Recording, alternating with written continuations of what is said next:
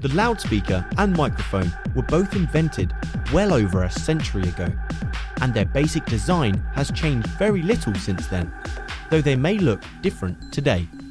Both are transducers, which means they change one energy type into another.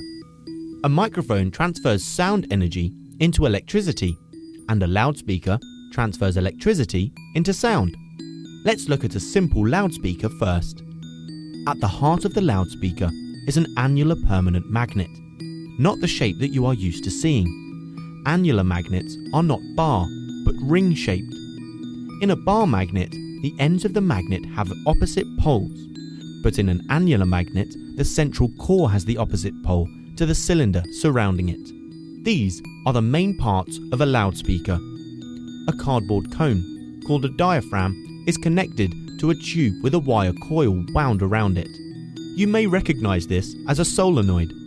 The wires carry the oscillating AC input. The coil fits snugly into the circular cavity of the magnet. This is the rest position when assembled with no input signal. The loudspeaker works by the motor effect.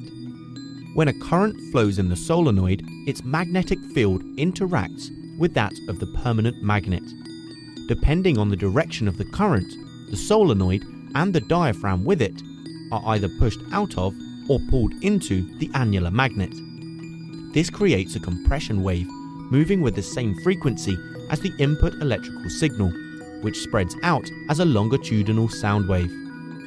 The output frequency matches that of the input AC signal, and the loudness or volume depends on the magnitude of the voltage of that signal. Higher voltages cause a larger motor effect. Headphones or in-ear buds are just a small version of this design.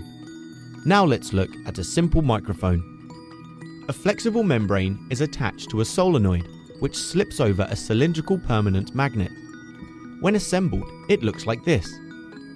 Some of you might be thinking, this looks a bit like a loudspeaker, and you would be correct. An incoming longitudinal sound wave causes the membrane to move backwards and forwards. This moves the solenoid to and fro over the magnet. This generates a small electrical current in the wire coil by electromagnetic induction. As the wires of the solenoid cut through the magnetic field lines, electrons are made to move. This can also be called the generator effect. As the direction of the motion changes, then so does the direction of the current, so the output is AC.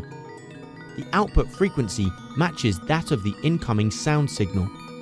This signal is usually very weak and needs amplifying before being passed on to a loudspeaker. You will have seen that a loudspeaker and microphone share a very similar design, and indeed you can use a loudspeaker as a microphone if you wish, but it isn't that good.